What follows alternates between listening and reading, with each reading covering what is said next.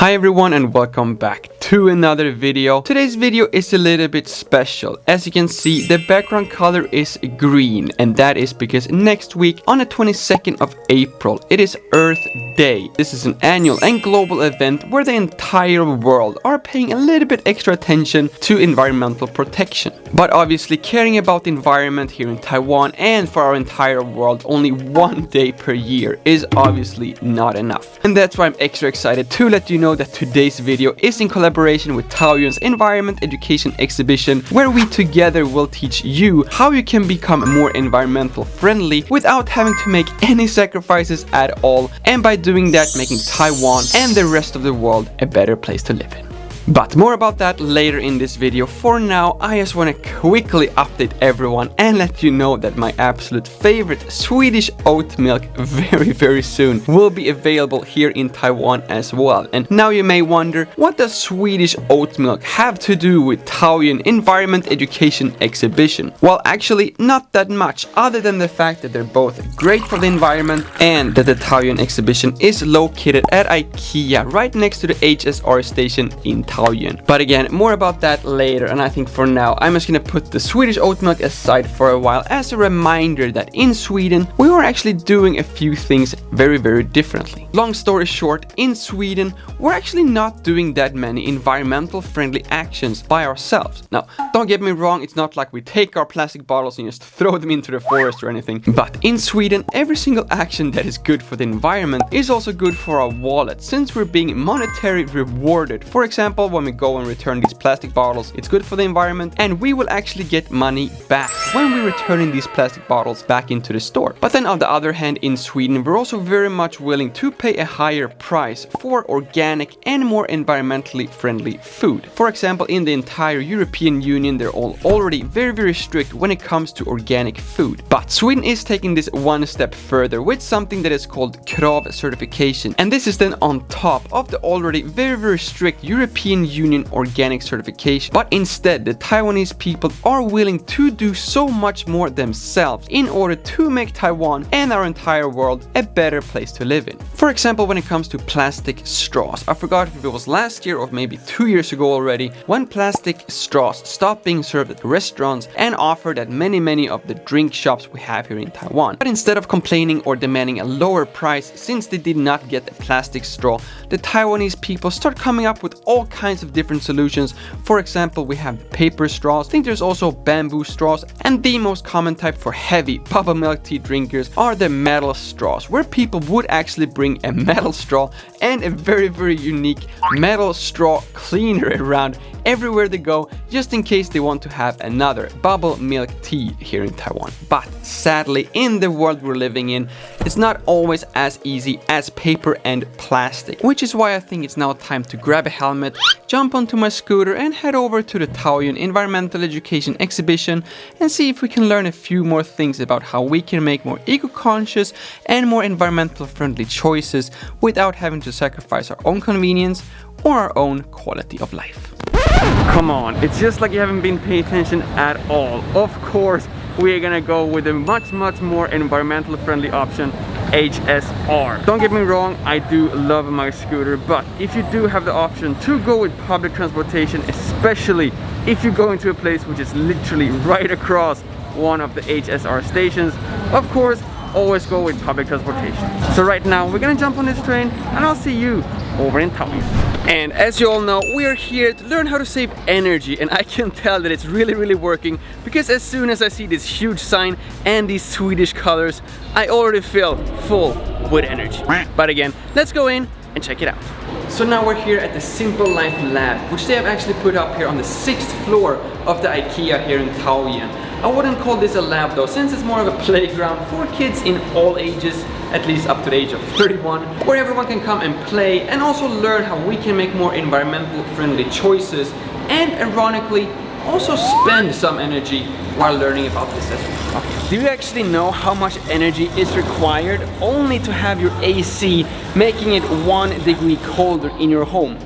Well, I can tell you it is a lot, and I'm so happy that I'm actually not an AC, because I simply would not have the energy to do that.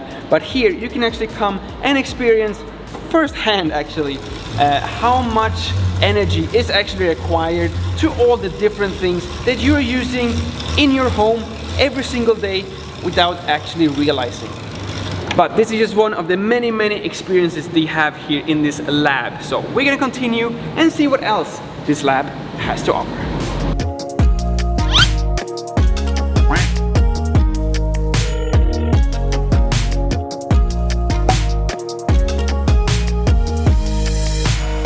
And here you can of course also see if my previous statement was correct and if we made the right choice by taking the train instead of taking the scooter here from Taipei all the way here to Taoyuan. In this case, this talks about Taoyuan train station to here to IKEA. If we would have taken a scooter, in this case we would have spent 3.9 kilos of carbon dioxide, whereas if we would have taken a train, we would have only spent 0.72 kilos. So in this case, taking the train was actually a lot more convenient and also a lot more better for the environment. But so far, I admit that we have mostly talked about the more obvious choices when it comes to how we can actually save energy.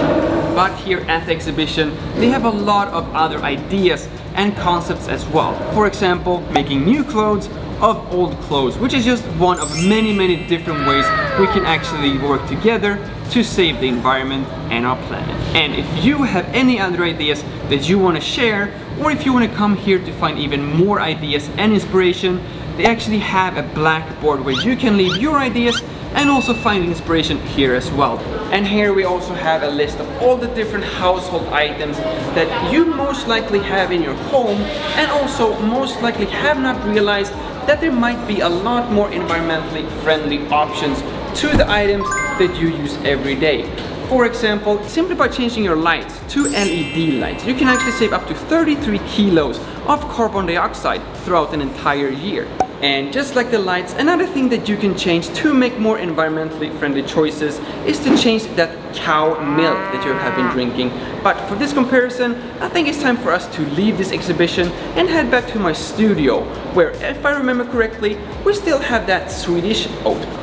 So for this comparison we have here on the table, I did a little bit of research, and according to ProVeg, which is an international food awareness organization, if you want to make 1 liter of normal cow milk, in total, including the water that goes to the cows, you need 628 liters of water. If you instead want to make 1 liter of almond milk, all you need is 371 liters of water. And then the clear winner in this comparison, and only 1/13 of the total amount of water that goes to create 1 liter of cow milk, is the oat milk, which only needs 48 liters in total. My daily intake on a daily basis is around 2 tadabe binatie jianongsuo, and I estimate that it's around 3 deciliters of milk in 1 single tadabe binatie. With that estimation, that gives me 4.2 liters of milk, which with 52 times per year and 628 liters of water per liter of cow milk produced, that is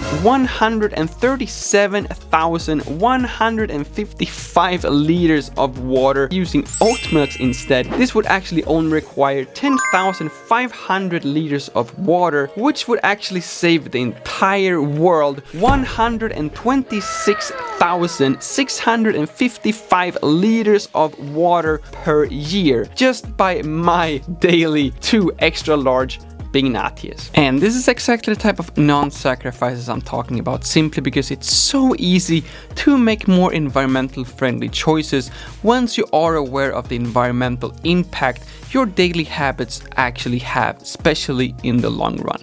I should also mention that obviously you do not need to purchase imported oat milk from Sweden, since Taiwan has plenty of other both oat milk and other plant-based milk substitutes as well that are using plants that are grown right here in Taiwan. And again, to find even more ways on how you can lower your daily environmental impact simply by making a few changes to your daily habits, please do go and check out Taoyuan Environmental Education Exhibition anytime between April 15th and April 25th. So please do help me save our planet by also save a date to check out this exhibition for yourself. And speaking about reminding you about things that you should already know by now, please do consider supporting me by subscribing to this channel and to hit that bell so you get notified as soon as I release new videos. Thank you all so much for watching. My name is Lukas. Starts with L as in like, ends with S as in subscribe. Please do both, and see you all in the next one.